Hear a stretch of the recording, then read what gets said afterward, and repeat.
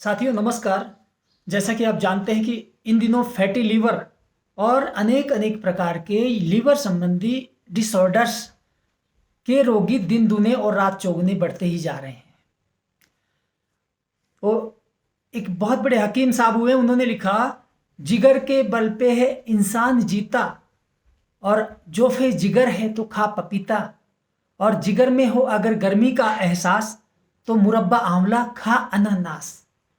तो जहाँ तक काम चलता हो गिजा से, तो वहाँ तक चाहिए बचना दवा से। ये तो घरेलू उपचार हुए, क्योंकि लीवर बहुत ही महत्वपूर्ण हमारे शरीर का एक अंग है। और यदि लीवर में कोई दिक्कत है तो हकीम साहब कहते हैं कि पपीते का सेवन करना चाहिए नियमित रूप से। और यदि लीवर में बहुत ज़्यादा गर्मी हो गई है, जैसा कि आप आजकल देख ही रहे हैं कि आज की जीवन शैली में चाय कॉफ़ी इत्यादि बहुत सारी ऐसी चीज़ें हैं, आहार द्रव्य हैं जो बहुत ज़्यादा तासीर जिनकी गर्म है, और जब हम इनका अंधाधुंध सेवन करते हैं तो इसका सबसे ज़्यादा बुरा असर हमारे लीवर पर ही पड़ता है। तो उसके लिए हकीम साहब कहते हैं कि जिगर में हो अगर गर्मी का एहसास तो मुरब्बा आंवला खा अनन्नास। पाइनएप्पल का सेवन करें या फिर मुरब्बा आंवला, आपको नियमित सवेरे उसकी चाशनी को धो करके आपको उसके सेवन कर सकते हैं। तो आयुर्वेद के अनुसार इस रोग से पीड़ित होने पर क्या परहेज रखना चाहिए?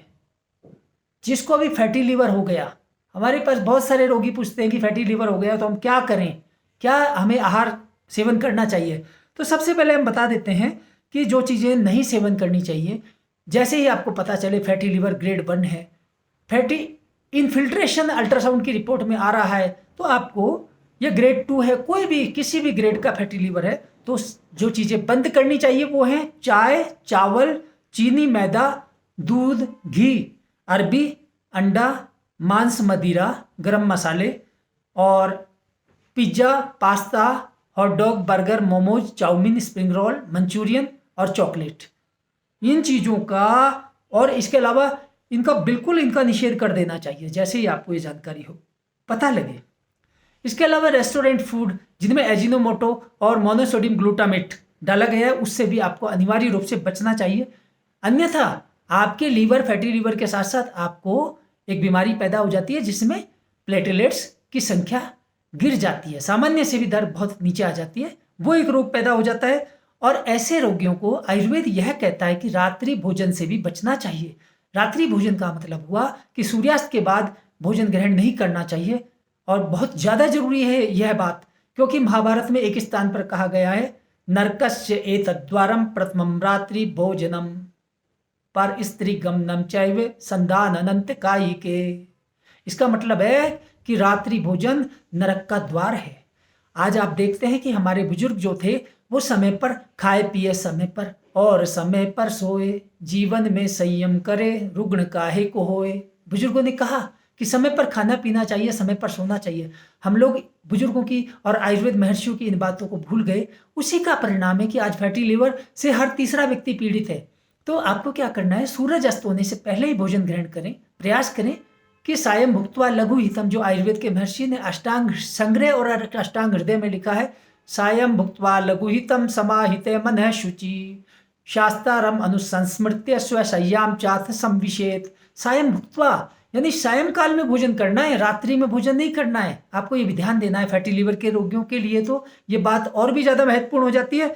इसके अलावा जो आयुर्वेद के ग्रंथों में लिखा है कि यदि आपका यकृत लीवर निर्बल है या कमजोर है, फैटी लीवर है, आपको पीलिया हो चुका है या बार बार आपको पीलिया होता रहता है, या आपको मुंह में छाले आते रहते हैं, या आप कब्ज रोग से पीड़ित हैं, इंडाइजेशन, एसिडिटी इत्यादि आप बार बार पीड़ित हैं, तो आपको जो चीज़ें बंद करनी चाहिए वो है, एक तो घी का सेवन आपको बंद कर देना चाहिए।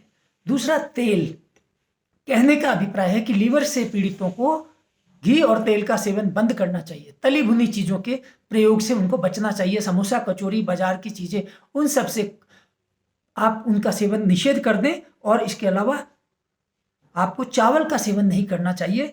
और शक्कर, चीनी बिल्कुल लीवर के रोगियों के लिए जहर मानी गई है। और खटाई, खटाई का मतलब है इमली और अमचूर की खटाई, उसका सेवन नहीं करना चाहिए। और यहाँ पर हम आपको एक विशेष बात बता दें कि लीवर के रोगियों को घी और नमक रहित आहार ही सर्वश्रेष्ठ बताया गया है। एक कहावत है ब्रजभाषा की, उसमें यह बताया है कि चना चबेना खाई ले, पीरिया भजाइले। इसका मतलब है कि चना, भुने हुए चने जैसी चीज चबेना, इस तरह की चीज खाओ और आपका पीलिया और लीवर संबंधी बीमारियों से आप मुक्ति पा सकते हैं। इसे कहने का अभिप्राय रोस्टेड अन्न का आप सेवन करना चाहिए और तली भुनी चीजें, घी, तेल इत्यादि का सेवन आपको नहीं करना चाहिए। यहाँ पर यह है कि यदि आपका लीवर थोड़ा ताकत यदि है, उसमें लीवर यदि फिर भी शक्तिशाली है, तो आप चीनी खा सकते हैं, आयुर्वेद यह कहता है। अन्यथा आपको चीनी बिल्कुल नहीं खानी चाहिए। इस प्रकार से जो है एक बीमारी है हिपेटोमेगैली, अथवा इसे कह सकते हैं लीवर सिरोसिस, यानी यकृत विषमयता। इसमें लीवर का साइज सामान्य से बढ़ जाता है। इसमें आपको क्या परहेज रखने हैं, उसके लिए आयुर्वेद महर्षियों ने कहा, योग रत्नाकर नामक ग्रंथ है उदर चिकित्सा में जो संदर्भ है, अम्बुपानम दिवास्वापम गुरु अभिषंधि भोजनम व्यायामम चाध्वयानम च जठरी परिवर्जेत।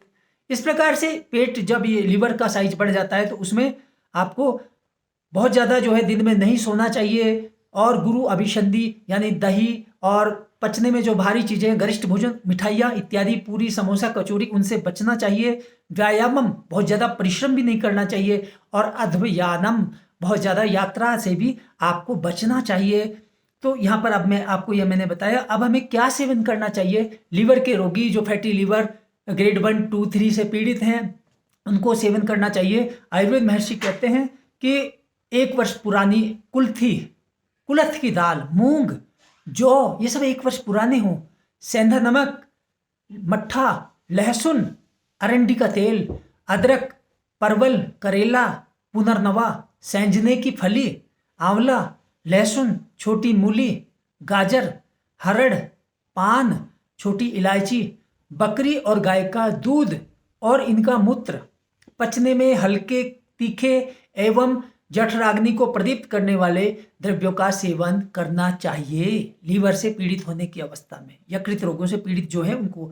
और इसके अलावा एक विशेष बात आयुर्वेद कहता है कि लीवर से जो पीड़ित है, यकृत रोगों से जो पीड़ित हैं, किसी भी प्रकार की लीवर में गर्मी है, किसी भी प्रकार का फैटी लीवर है, और इसमें मकोए की सब्जी, मकोए नाम की एक औषधि होती है जो आप अपने आसपास किसी वैद्य से पूछ सकते हैं, उसकी सब्जी का निरंतर सेवन करना भी अमृत के समान लाभकारी सिद्ध होता है।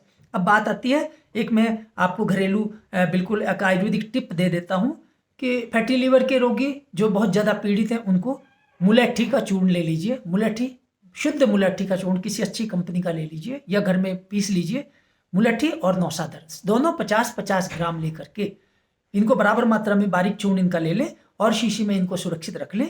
आवश्यकता पड़ने पर 1-1 ग्राम की मात्रा में ठंडे पानी के साथ इसका सेवन करें। 1-1 ग्राम ठंडे पानी के साथ आपको सेवन करना है। यह लीवर में जो सूजन आ जाती है, हिपेटाइटिस A, B, C, उसकी रामबाण औषधि है।